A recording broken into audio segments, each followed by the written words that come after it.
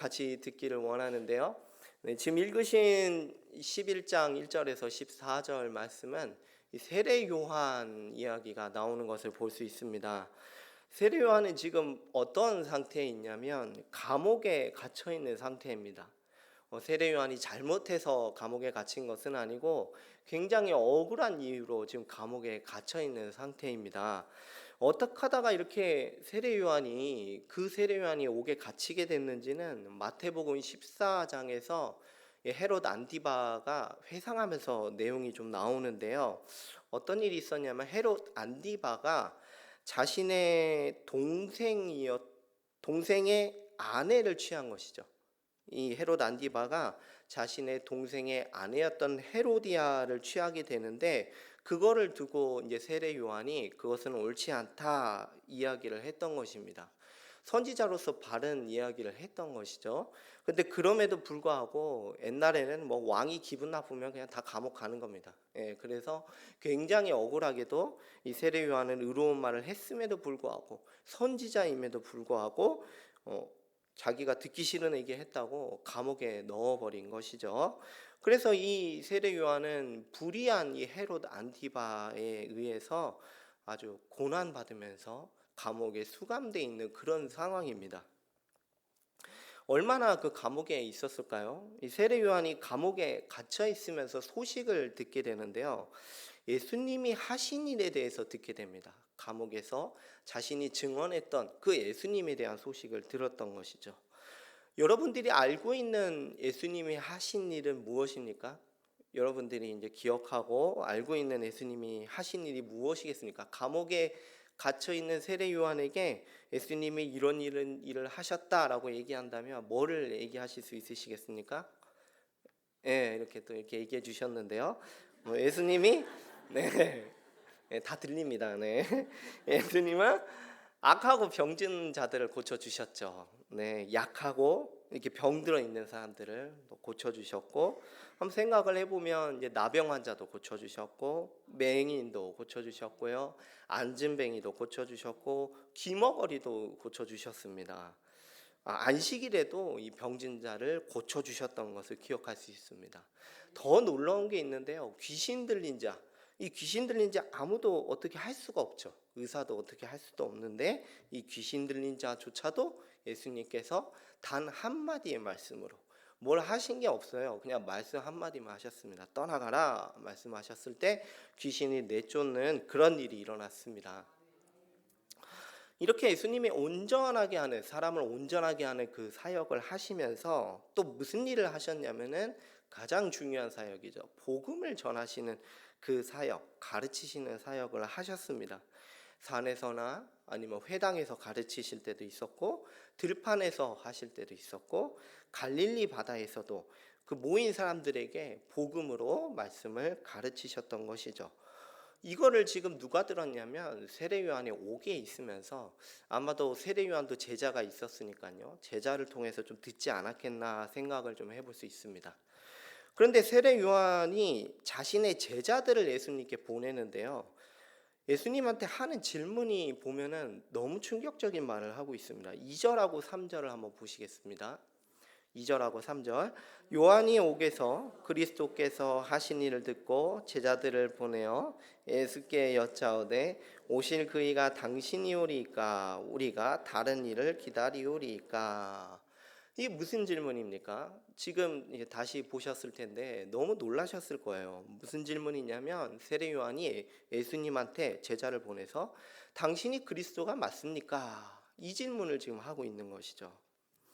당신은 그리스도가 아닌 것 같은데 우리가 다른 사람을 좀 찾아봐야 되겠습니까? 하고 예수님한테 묻고 있는 질문입니다. 굉장히 좀 충격적이지 않습니까? 우리가 지금 잘못 들은 건가 싶을 정도로 이제 귀를 만지게 되는 그런 너무 충격적인 질문을 예수님한테 지금 제자를 보내서 하고 있는 거죠. 왜 우리가 이게 너무 충격적이냐면요, 세례 요한이 누군지 아니까 우리가 더 충격적일 겁니다. 예수님이 오실 길을 예배했던 사람이고, 광야에서 외치던 사람이고, 예수님을 처음 봤을 때 세상 죄를 지고 가는 하나님의 어린 양이로다 증언했던 사람이고요, 성령이 충만해서 예수님이 메시아요 그리스도이시다라고 밝게 증언하던 사람입니다.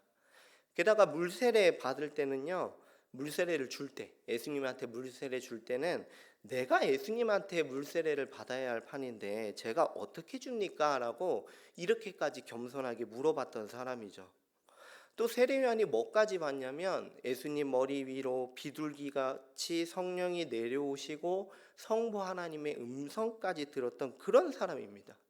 근데 그 사람이 지금 자기 제자를 보내서 그리스도가 맞는지 아니면 우리가 다른 그리스도를 기다릴까요? 이렇게 묻고 있는 것이죠. 왜 세례요한이 예수님한테 대하여 이런 의구심을 가졌을까요?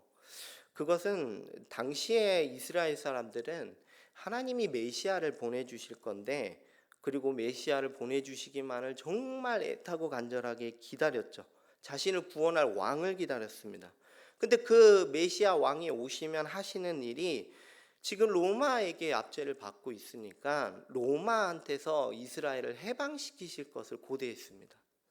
메시아 왕이 오면 백성을 모으고요, 그 다음에 칼과 창을 들고 나서 로마를 가서 아주 무찌르고, 그 다음에 악한 자들 있지 않습니까? 막 로마에 부역하는 사람들, 그리고 악한 여러 사람들, 그런 사람들은 다 심판받을 것으로 기대를 했어요. 그런데 예수님이 메시아로 오셨는데 사실상 아무 일도 벌어지지 않는 것이죠. 예수님은 12명의 제자들이랑 다니시면서 사람 고치시고 뭐 가르치시고 요 정도 하는 걸로 보이는 것이죠. 예수님은 칼과 방패를 들고 이스라엘 백성을 위해서 나가서 싸우실 생각이 전혀 보이지 않는 것입니다. 로마는 그대로죠.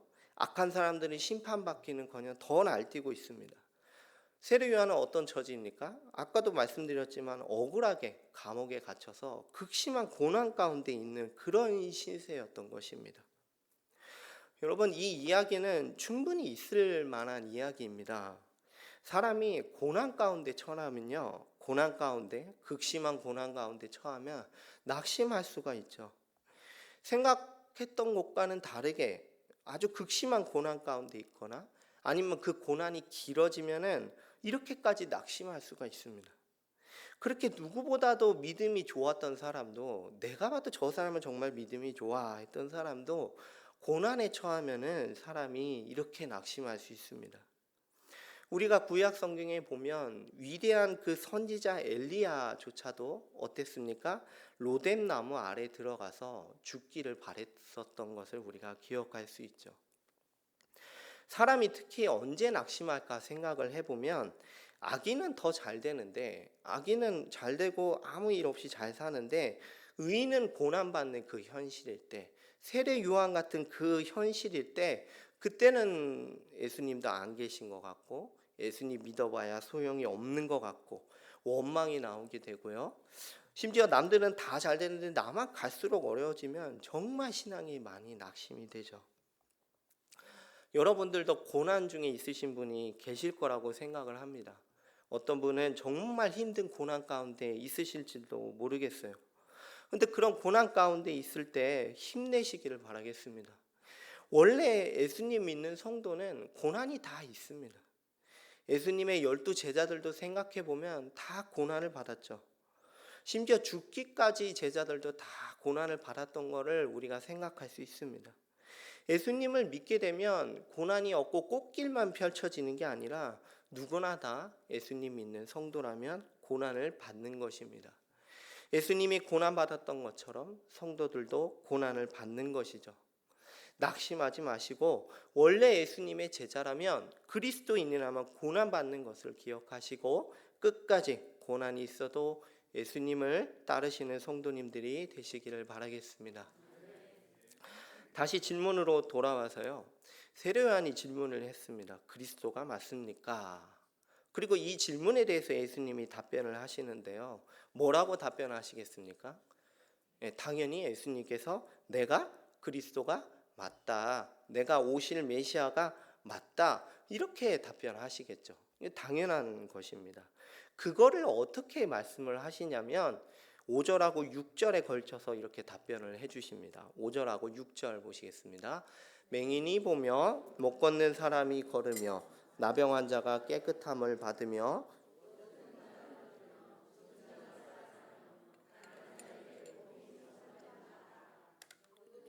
나로 말미암아 실족하지 아니하는 자는 복이 있도다 하시니라. 아멘.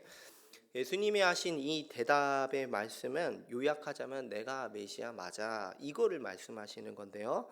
이사야서 61장 1절을 좀 인용하신 말씀입니다. 이사야 61장 1절 좀 같이 보겠습니다. 주 여호와의 영이 내게 내리셨으니 이는 여호와께서 내게 기름을 부으사 가난한 자에게 아름다운 소식을 전파하게 하려 하심이라. 나를 보내사 마음이 상한 자를 고치며 포로된 자에게 자유를, 갇힌 자에게 노임을 선포하며. 핵심만 간단하게 말씀드리면 이렇습니다. 예수님의 대답은요, 구약에서 메시아가 오면 이 이사야 예언에 이러이러한 일들을 할 거라고 말하지 않았느냐, 내가 지금 메시아가 오면 할 일을 하고 있다, 그래서 내가 메시아다, 이렇게 답변을 하시는 것입니다. 구약에서 예언하기를 메시아가 오면 사람을 온전하게 할 건데 그 일을 내가 하고 있지 않냐, 병 고치고 귀신을 내쫓고 있지 않냐, 내가 바로 구약에서 예언했던 오리라 한 그의 메시아가 맞다, 이렇게 답변을 하신 것입니다. 여러분, 갈릴리 지방의 그 나사렛 동네에서 청년이 와가지고 내가 메시아다 라고 말한다면 어떻게 믿겠습니까? 증거가 있어야 믿겠죠. 그래서 예수님의 행하신 표적이 내가 메시아다라는 것을 증언하시는 것입니다. 예수님이 행하신 그 많은 병고침, 오병이어, 물을 잔잔하게 하시고 또 귀신들을 내쫓고, 이것들이 다 뭘 증언하냐면 예수님이 메시아가 맞다, 메시아가 하실 수 있는 일을 지금 예수님이 하신 것이죠. 이런 일들은 예수님이 메시아이다라는 것을 증명하기에 아주 충분한 대답이 되는 것입니다. 여기서 끝이 나는 게 아니라 아주 결정적인 메시아다라는 그 증거가 있는데요. 5절 말씀하고 이사야 61장 1절을 좀 같이 보시면, 화면에 안 들어오면 글씨 줄여도 괜찮습니다. 보시면은 메시아가 오면 하실 일이 이사야 61장 1절 말씀에는 아름다운 소식이 전파될 거다, 이렇게 말씀하셨습니다. 이걸 영어 성경으로 보면 굿뉴스, 그러니까 메시아가 오면 복음이 전파될 거다, 이걸 구약에서 예언한 것이죠. 그리고 정말로 하나님의 아들 예수 그리스도가 오셔서 뭘 하고 계시냐면 5절 말씀을 띄워주시면 복음이, 5절 말씀입니다. 성경책 보시면 되겠습니다. 복음이 전파된다 하라. 구약에 메시아가 오면 복음이 전파될 거야 라고 했는데 정말로 예수님이 오셔서 가난한 자에게 복음을 전파하고 계신 것입니다. 가난한 자에게 복음이 전파된다? 어디서 많이 듣지 않으셨습니까? 마태복음 5장에 심령이 가난한 자는 복이 있나니 천국이 그들의 것이며.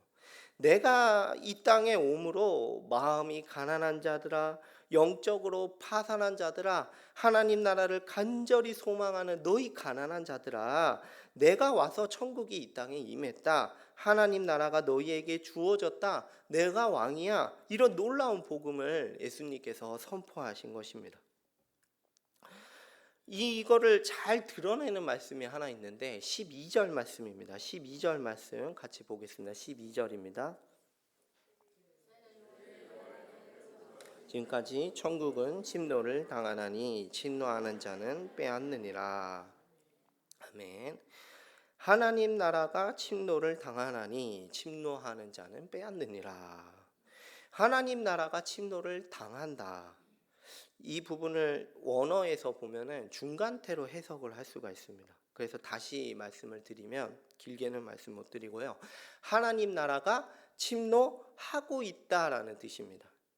다시 말하면 하나님의 나라가 너희 가운데 침노하고 있다, 하나님 나라가 힘차게 오고 있다, 강력하게 전진하고 있다, 이거를 말씀하시는 것이죠. 이 침노라는 단어는 굉장히 폭력적인 단어예요. 이 원어가, 침노가 폭력적인 단어, 아주 강력한 단어를 지금 쓰신 것입니다. 하나님 나라가 어떻게 왔냐면 사탄의 나라를 폭력적으로 깨부수고 들어왔다. 이거를 말씀하는 것입니다. 사탄이 모든 사람을 휘어잡고 이 세상을 아주 꽉 잡고 있는데 하나님의 나라가 그 사탄의 나라를 깨부수고 박살내고 지금 들어왔다. 이거를 지금 예수님께서 말씀하시는 것입니다. 지금 여러분 메시아가 왔습니다. 하나님 나라의 왕이 오신 거예요. 왕이 오셔서 회개하라. 천국이 가까웠다. 복음을 전파하시면서 하나님 나라가 시작된 거예요. 복음이 전파되고 복음을 믿음으로 하나님 나라에 들어가서 복을 누리는 그런 복된 시대가 시작이 된 것이죠. 메시아가 오셔서 복음을 전파하셨을 때 무슨 일이 벌어졌냐면 사탄의 나라가 깨부서지고요. 힘차고 아주 역동적으로 하나님 나라가 이 땅에 임한 것입니다. 구약 백성들은 메시아가 오기만을 너무너무 기다리고 소망했습니다. 메시아는 자기 백성을 구원할 왕을 가리키는데 그 왕을 간절히 사모하고 기다렸던 것이죠. 이 메시아가 왔으니 왕이 왔다는 것은 하나님의 통치가 회복된 것이죠.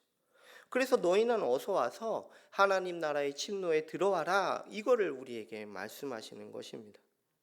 이제 기다리는 시대는 끝났어요. 세례 요한까지로 구약 시대가 끝나고 이제 새로운 시대가 들어간 것입니다. 믿음으로 하나님 나라에 들어가서 복을 누리는 그런 새 시대가 시작된 것입니다. 여러분, 교회가 바로 하나님 나라의 현시입니다. 교회가 하나님 나라의 현시고 하나님 나라의 복된 다스림을 이미 받고 있죠. 물론 완성은 남았지만 예수님이 임마누엘 되셔서 하나님이 우리와 함께 계시고 복된 다스림이 이루어지고 있다면 이루어지고 있기 때문에 이 교회가 하나님 나라의 현시인 것입니다. 눈에 보이지 않기 때문에 하나님 나라가 뭐 만져지는 게 아니지 않습니까? 그래서 뭔가 없는 것처럼 느껴지겠지만 하나님 나라에서 가장 중요한 거는 하나님의 통치입니다. 하나님의 통치가 회복됐다면, 예수님의 오심으로 하나님의 다스림이 시작된다면 그러면 그건 하나님 나라가 임한 것이죠. 완성은 이루어질 것입니다. 나머지는 다 시간 문제예요.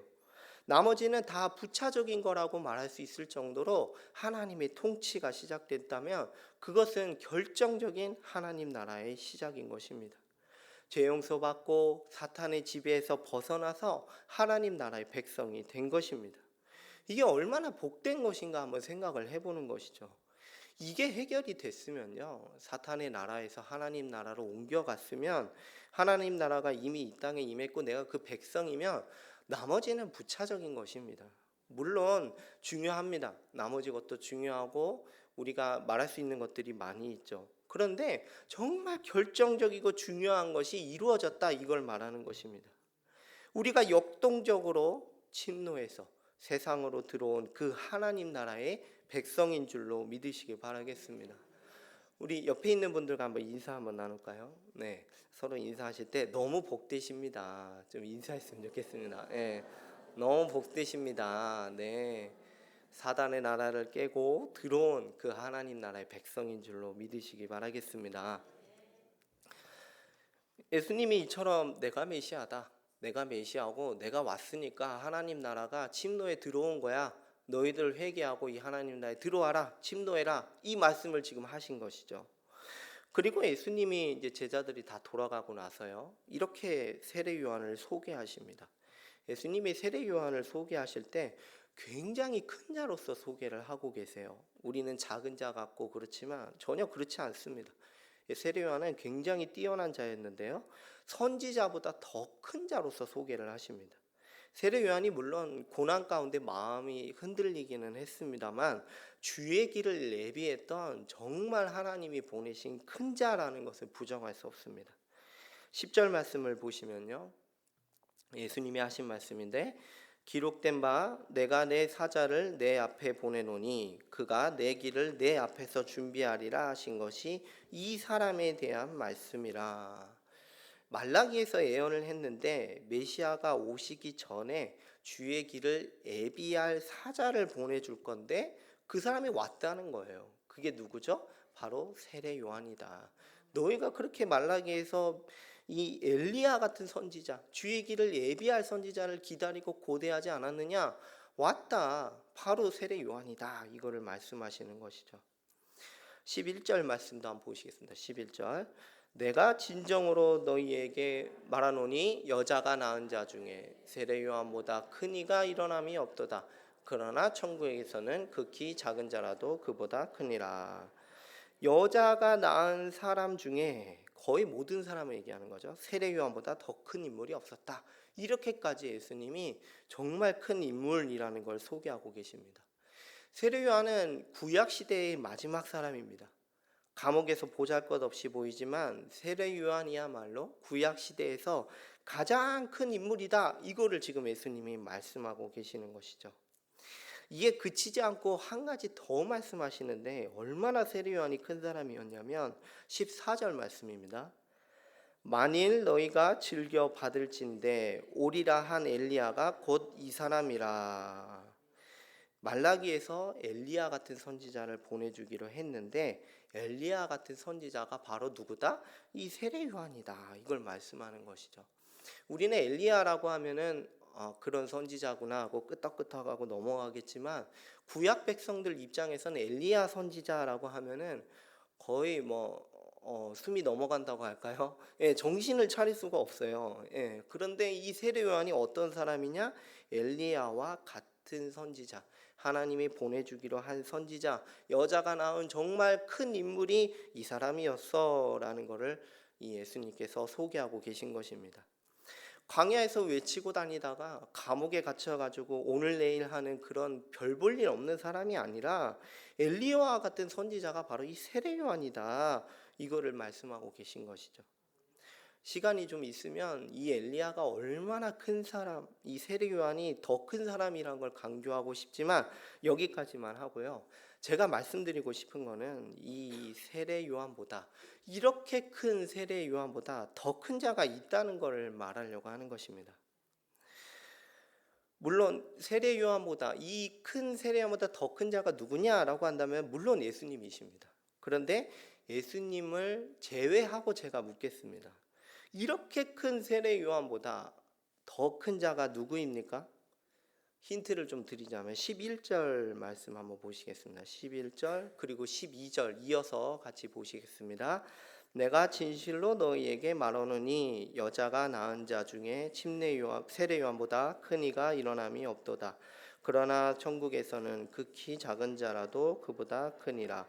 세례 요한의 때부터 지금까지 천국은 침노를 당하나니 침노하는 자는 빼앗느니라. 아멘. 11절 다시 띄워주시고요.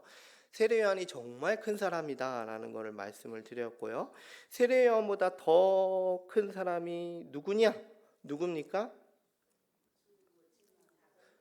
예, 천국에 침노한 사람입니다. 그 사람이 세례 요한보다 더 큰 자라는 말씀입니다. 하나님 나라가 침노하고 있다. 12절에 침노하고 있다 말씀을 드렸는데 그거하고 연관해서 한번 생각을 해보시죠.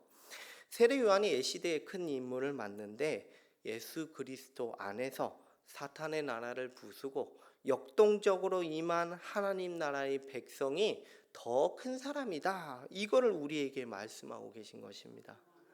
하나님 나라의 백성인 여러분들이 세례 요한보다 더 큰 자임을 믿으시기 바라겠습니다. 하나님 나라의 백성이라면 아무리 작은 자라도 정말 별 볼 일 없는 사람이라도 세례 요한보다 훨씬 더 큰 인물이다. 이것을 믿으시는 성도님들이 되시기를 바라겠습니다. 11절 띄워주시고 저는 너무 깜짝 놀랐습니다. 이 말씀을 볼 때 세례 요한보다 더 큰 사람이 나다라고 지금 말씀하고 계신 거잖아요. 바로 내가 세례 요한보다 더 큰 사람이다. 여러분 놀라지 마십시오. 너무 놀라지 마시고 들으셨으면 좋겠습니다. 네, 옆에 있는 사람 한번 보시겠어요? 좀 쑥스러워도. 네, 놀라지 마시고 쑥스러워도 한번 보세요. 네, 빤히 바라보시고 그리고 이제 놀랄 타임입니다. 놀라시면서 한번 봐주시겠어요? 옆에 앉아 있는 분이 누굽니까? 세례 요한보다 더 큰 자입니다. 네, 안 놀래시네요. 다시 한번 할까요? 네, 옆에 있는 분을 보시면서 서로 인사하겠습니다. 제가 당신을 몰라봤네요. 네, 당신을 몰라봤네요. 네, 몰라보셨어요. 네, 진짜 몰라보신 거예요. 예, 한 번 더 인사하겠습니다. 당신은 세례 요한보다 큰 하나님 나라의 백성입니다. 당신은 세례보다 더 큰 하나님 나라의 백성입니다. 믿으십니까? 아멘. 네, 별 볼 일 없다고 생각하지 마세요. 세례 요한보다 더 큰 자입니다. 네. 제가 이걸 묵상하면서 구약 백성들이 우리를 정말 부러워했겠다, 그 생각이 좀 들었습니다. 아마 구약 백성이 이때 있었으면은 내가 좀 늦게 태어날 걸, 막 신약 시대에 태어났다면 내 세례 요한보다 더 큰 자가 될 수 있었는데, 막 이런 생각도 하지 않았을까, 그런 상상도 좀 해보고 있습니다. 네, 예수님이 머리 되시는 우리 교회의 일원이죠. 성령님이 우리 가운데 내주하시죠. 우리 앞길을 인도하시죠. 또 필요를 공급하시죠. 부러울 게 없습니다. 네, 우리가 바로 세례 요한보다 더 큰 자다, 이걸 믿으시기 바라겠습니다. 적용하고 좀 마무리했으면 좋겠습니다. 우리가 이 부분을 좀 묵상하면서 아무리 고난 가운데 있을지라도, 물론 그 고난이 너무 커서 참 힘드시겠다, 그 생각은 합니다. 저도 아주 큰 고난을 못 겪어봤기 때문에 정말 그 큰 고난 앞에서는 이렇게 믿음 있는 사람들 흔들릴 정도면 그 고난이 얼마나 큰가, 그걸 좀 묵상을 해보게 되는데요. 그럼에도 불구하고, 그 고난에도 불구하고 높아짐을 자랑하시길 바라겠습니다. 그 고난 가운데 있더라도 내가 높은 자라는 것을, 세례 요한보다 더 큰 자라는 것을, 이 땅에 침노에 들어온 하나님 나라의 백성이라는 것을 믿고 확신하고 자랑하시는 여러분들이 되시기를 바라겠습니다. 고난 가운데 있을 때 이거를 확실히 붙든다면 우리가 힘을 낼 수 있습니다. 고난 가운데 있을 때 내가 그 침노에 온 하나님 나라의 백성이구나, 세례 요한도 이거보다는 작았구나 라는 걸 생각한다면 얼마나 힘이 되겠습니까? 왕이 왔고 하나님 나라의 백성이 됐다, 이미 시작됐다. 비록 고난이 있지만 세상에서는 내가 신분이 하찮고, 그리고 집에서는 아들한테까지도 무시를 당할지라도 내가 하나님 나라에서 하나님 나라의 백성으로 가장 큰 자다, 하나님 나라의 백성이다, 이거를 믿으시고 붙잡으시길 바라겠습니다. 예수님께서 뭐라고 말씀하셨냐면은 나로 말미암아 실족하지 않는 자는 복되도다라고 말씀하셨습니다. 6절 말씀인데요. 고난에도 끝까지 예수님을 그리스도로, 주님으로 우리를 구원하시는 그분으로서 믿음으로 끝까지 고난 가운데서도 믿음으로 살아가시는 성도님들이 되시기를 바라겠습니다. 마지막으로 좀 생각을 하고 묵상을 해보다가 하나님 나라가 침노했다, 이 말씀을 붙잡을 때 적극적으로 침노하시기 바라겠습니다. 이 하나님 나라의 이미 백성이지만 더 적극적으로 침노에 들어가서 하나님의 우리에게 주신 복을 다 누리시는 여러분들이 되시기를 바라겠습니다. 기뻐하십시오. 기뻐하십시오. 죄에 대해서는 슬퍼하십시오. 말씀을 사모하십시오. 말씀을 더 배우고 마음을 매일매일 새롭게 하십시오. 교제하시고 봉사하시고 은사도 적극적으로 나누고 침노한 그 하나님의 나라에 적극적으로 침노에 들어가서 주신 복을 다 누리시는 성도님들이 되시기를 바라겠습니다. 기도하고 마치겠습니다. 우리 이 시간에 기도할 텐데요, 합심해서 같이 기도했으면 좋겠습니다. 고난 중에도 우리가 높아짐을 자랑하게 해달라고, 고난 중에 있을지라도 예수님 안에서 하나님 나라의 백성을 우리가 높아졌다라는 것을 믿고 그것을 확신하고 힘차게 살아가는 우리들이 되게 해달라고, 또 낙심 가운데에서도 끝까지 예수님을 붙들며 정체성을 잊지 않고 힘낼 수 있게 해달라고 기도하시고, 두 번째로는 이 침노한 하나님 나라에 더 침노함으로써 더 큰 복을 누리게 해달라고 우리 주여 한번 외치고 같이 합심해서 기도하겠습니다.